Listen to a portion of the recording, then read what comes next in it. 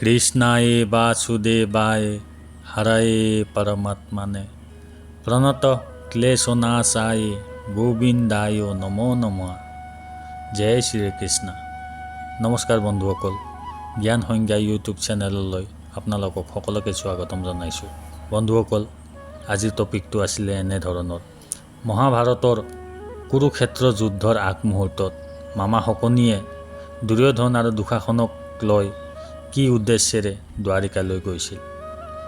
বন্ধুসকল, আমি সকলোৱে জানো যে গান্ধাৰৰাজ মামা শকুনি অত্যন্ত চতুৰ স্বভাৱৰ ব্যক্তি আছিল আৰু তেওঁৰ সেই চতুৰবালিৰ বুদ্ধিৰ দ্বাৰাই বুজিব পাৰিছিল যে পাণ্ডৱে ভগৱান শ্ৰীকৃষ্ণৰ সহায়ত কুৰুক্ষেত্ৰ যুদ্ধ কৰাৰ বাবে সাহস গোটাইছিল।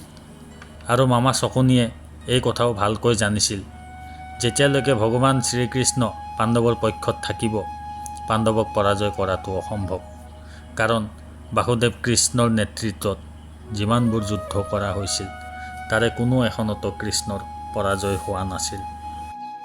গতিকে পাণ্ডুপুত্ৰসকলেই এই যুদ্ধত বাসুদেৱ কৃষ্ণৰ পৰা যাতে কোনো ধৰণৰ সহায় সহযোগিতা নাপায় সেই মানসিকতাৰে তেওঁলোকে দ্বাৰিকালৈ মহাবলী বলৰামৰ ওচৰলৈ সহায় বিচাৰি গৈছিল।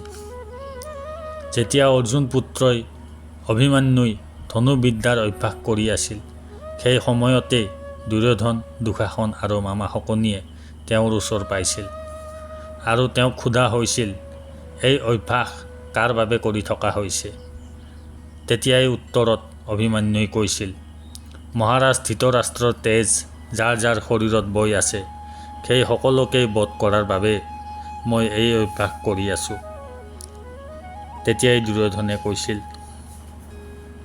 এই যুদ্ধত আৰু দুজন ব্যক্তি আছে যিয়ে আমাৰ হৈ যুদ্ধ কৰিব পাণ্ডৱৰ বিৰুদ্ধে, অৰ্থাৎ অভিমন্যুৰ মামা মহাবলী বলৰাম আৰু ভগৱান শ্ৰীকৃষ্ণৰ কথা কৈছিল। তেতিয়াই অভিমন্যুই কৈছিল, মোৰ মামা দুজনকে মই ভালকৈ জানো, তেওঁলোকে কেতিয়াও অধৰ্মীক সহযোগিতা নকৰে। ঠিক সেই সময়তেই সেই ঠাইত মহাবলী বলৰাম আহি উপস্থিত হৈছিল আৰু কৈছিল, তুমি ঠিকেই ধৰিছা অভিমন্যু। তেতিয়াই মামা শকুনিয়ে বলৰামক সুধিছিল, কিন্তু আপুনিতো আমাক কথা দিছিল। তেতিয়াই বলৰামে কৈছিল, মই পাণ্ডৱৰ হৈ এই যুদ্ধত কোনো ধৰণৰ অস্ত্ৰ নধৰোঁ বুলিহে কথা দিছিলোঁ, কিন্তু কৌৰৱৰ হৈ যুদ্ধ কৰিম বুলি আপোনালোকক কোনো আশা দিয়া নাছিলোঁ। আপোনালোকে কেনেকৈ ভাবি ল'লে যে মই কৌৰৱৰ হৈ যুদ্ধ কৰিম পাণ্ডৱৰ বিৰুদ্ধে? আৰু এই যুদ্ধত মই কাৰো পক্ষৰ হৈ যুদ্ধ নকৰোঁ, কাৰণ দুয়োটা পক্ষ মোৰ পৰিয়াল আৰু মই মোৰ পৰিয়ালৰ লগত যুদ্ধ কেনেকৈ কৰিম? তেতিয়াই দুৰ্যোধনে তেওঁৰ গুৰু বলৰামক সুধিছিল, অৰ্থাৎ বাসুদেৱ আৰু তেওঁৰ নাৰায়ণী সেনাই এই যুদ্ধত ভাগ নলয় নেকি গুৰুদেৱ? বলৰামে উত্তৰ দিলে, কৃষ্ণৰ নিৰ্ণয় তেওঁকে সোধা। কৃষ্ণই নাৰায়ণ আৰু নাৰায়ণী সেনাৰ সম্বন্ধে সকলো নিৰ্ণয় স্বয়ং নাৰায়ণে লয়। প্ৰিয় দুৰ্যোধন, তুমি এতিয়াই যোৱা আৰু কৃষ্ণক লগ কৰা। তেওঁ মোক কথা দিছে, যোনে সৰ্বপ্ৰথম তেওঁৰ সন্মুখত উপস্থিত হ'ব তেওঁক তেওঁ মনৰ ইচ্ছামতে সহায় কৰিব। কিন্তু এটা কথা মনত ৰাখিবা, কৃষ্ণ যাৰ পক্ষত থাকিব সেই পক্ষৰ জয় নিশ্চিত। এই কথা শুনি মামা শকুনিয়ে দুৰ্যোধনক নিৰ্দেশ দিলে যে অনতিপলমে অৰ্জুন গৈ পোৱাৰ আগতেই কৃষ্ণক লগ কৰা। যিকোনো প্ৰকাৰে কৃষ্ণ আৰু নাৰায়ণী সেনা আমাৰ পক্ষত থাকিবই লাগিব।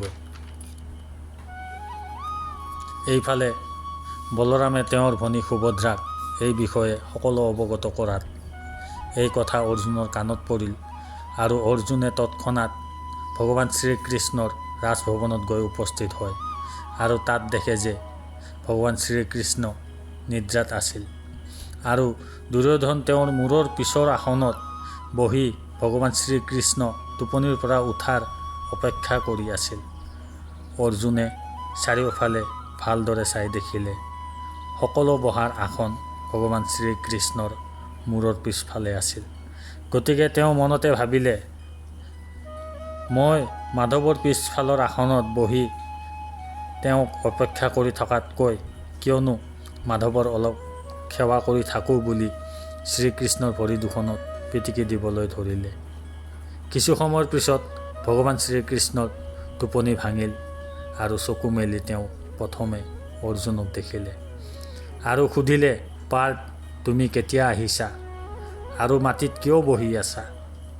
তেতিয়াই উত্তৰত অৰ্জুনে ক'লে, ভিক্ষুকৰ অস্থানটো সদায় মাটিতে থাকে মাধৱ, আৰু এইফালে যুৱৰাজ দুৰ্যোধনেও আপোনাৰ অপেক্ষা কৰি আছে। ভগৱান শ্ৰীকৃষ্ণই দুৰ্যোধনৰ ফালে চালে আৰু ক'লে, ক্ষমা কৰিব ভাতাশ্ৰী দুৰ্যোধন, আপুনি মোৰ মূৰৰ ওপৰত বহি আছিলে যে, সেইকাৰণে মই আপোনাক দেখা নাছিলোঁ। তেতিয়াই দুৰ্যোধনে উত্তৰ দিলে আৰু ক'লে, মই আপোনাৰ মূৰৰ ওপৰত নহয় বাসুদেৱ, আপোনাৰ মূৰৰ ওচৰত থকা আসনখনতহে বহি আছিলোঁ। আৰু মই ইয়ালৈ অৰ্জুন অহাৰ বহুত আগতে আহি পাইছিলোঁ।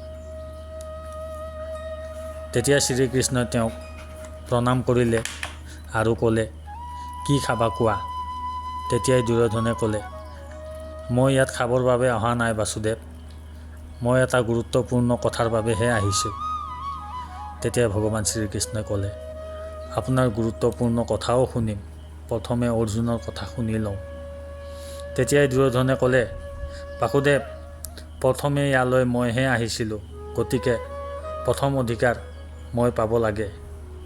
তেতিয়াই বাসুদেৱ শ্ৰীকৃষ্ণই ক'লে, নহয়, মই প্ৰথম অৰ্জুনক দেখিছিলোঁ, গতিকে প্ৰথম অধিকাৰ অৰ্জুনৰ। দুৰ্যোধনে আকৌ ক'লে, বাসুদেৱ, মই যেতিয়া ইয়ালৈ আহিছিলোঁ তেতিয়া আপোনাৰ চকু বন্ধ আছিলে। ভগৱান শ্ৰীকৃষ্ণই ক'লে, নহয়, যেতিয়া অৰ্জুন আহিছিলে তেতিয়াও মোৰ চকু বন্ধই আছিলে, আৰু আপুনি প্ৰথমে আহিছিল যদিও মোৰ পিছফালে বহি আছিলে, মই পিছৰ ফালে কেনেকৈ আপোনাক দেখা পাম? গতিকে প্ৰথমে অৰ্জুনেই ক'ব। তেতিয়াই দুৰ্যোধনে ডাঙৰ সুৰেৰে ক'লে, বাসুদেৱ, এইটো আপুনি পক্ষপাত কৰি আছে। আপুনিতো মোৰ গুৰুদেৱ বলৰামক কথা দিছিলে।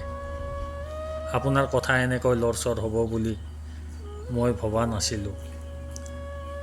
মই ইয়ালৈ বেকাৰ আহিলোঁ, গতিকে মই ইয়াৰ পৰা যোৱাই ভাল হ'ব। আপোনাৰ পৰা একো আশা কৰি লাভ নাই।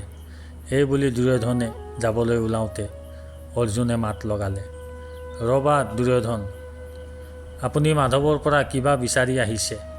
আপুনি এনেকৈ একো নোলোৱাকৈ ইয়াৰ পৰা গুচি গ'লে মাধৱৰ চৰিত্ৰত দাগ লাগিব। তেতিয়াই দুৰ্যোধনে ক'লে, তেতিয়াহ'লে কি কাৰণত বাসুদেৱে প্ৰথম অধিকাৰ তোমাক দি আছে? তেতিয়াই ভগৱান শ্ৰীকৃষ্ণই ক'লে, অৰ্জুনে ইয়ালৈ আহিছে ভিক্ষাৰ সহায় বিচাৰি, আৰু আপুনি আহিছে ষড়যন্ত্ৰৰ সহায় বিচাৰি। ভগৱান শ্ৰীকৃষ্ণই আৰু এইটোও ক'লে যে, কিবা বিচৰাৰ আগত মোৰ দুটা কথা শুনি লোৱা। মই আৰু মোৰ সেনা এক পক্ষৰ হৈ যুদ্ধ নকৰোঁ। মোৰ নাৰায়ণী সেনা এফালে আৰু আনফালে মই স্বয়ং। মোৰ নাৰায়ণী সেনাৰ সমান শক্তিশালী সেনা পৃথিৱীত আৰু ক'তো নাই। এই অপৰাজয় সেনাসকলে একজনে মহাৰথীৰ নিচিনা যুদ্ধ কৰে। তেতিয়াই দুৰ্যোধনে ক'লে, কিন্তু বাসুদেৱ, আপোনাৰ সেনাতকৈতো আপোনাৰহে সামৰ্থ্য বেছি। তেতিয়া ভগৱান শ্ৰীকৃষ্ণই কৈছিল, আপুনি ঠিকেই কৈছে, মোৰ সেনাসকলতকৈ মোৰ সামৰ্থ্য অনেক বেছি। মোৰ সুদৰ্শন চক্ৰৰ সমান শক্তিশালী অস্ত্ৰ স্বয়ং মহাদেৱৰ ত্ৰিশূল আৰু ইন্দ্ৰদেৱৰ বজ্ৰৰ বাহিৰে ক'তো নাই। মই যেতিয়াই সুদৰ্শন ব্যৱহাৰ কৰোঁ তেতিয়াই সমস্ত দেৱতাসকল চিন্তিত হৈ পৰে, সমস্ত সৃষ্টিৰ ধ্বংসত পৰিণত হৈ যায়। সেইকাৰণে এই যুদ্ধত মই কোনো ধৰণৰ অস্ত্ৰ নধৰোঁ বুলি প্ৰতিজ্ঞা কৰিছোঁ। এতিয়া বাছনি কৰাৰ সময় আপোনালোক দুয়োজনৰ। প্ৰথমে তুমি কোৱা পাৰ্থ, কাক বাছনি কৰিছা, নাৰায়ণী সেনা নে মোক? তেতিয়া অৰ্জুনে উত্তৰ দিছিলে, মোৰ স্থিতিটো স্পষ্ট হৈ আছে মাধৱ, কিন্তু মই আপোনাক বাছনি কৰিব নোৱাৰোঁ। আপুনি সত্য, জ্ঞান আৰু ধৰ্ম, মই আপোনাক কেনেকৈ বাছনি কৰিম? মই আপোনাক খুজিবহে পাৰোঁ। না বিজয়ৰ লালসাত, না পৰাজয়ৰ ভয়ত, কেৱল ধৰ্ম ৰক্ষাৰ বাবেহে খুজিব পাৰোঁ। অৰ্জুনৰ কথা শুনি দুৰ্যোধনৰ মুখত হাঁহিৰ বিৰঙণি ফুটি উঠিলে, আৰু এনেধৰণে কৌৰৱৰ পক্ষত নাৰায়ণী সেনা আৰু পাণ্ডৱৰ পক্ষত স্বয়ং ভগৱান শ্ৰীকৃষ্ণই অৰ্জুনৰ সাৰথী হিচাপে কুৰুক্ষেত্ৰ যুদ্ধত যোগদান কৰিছিল।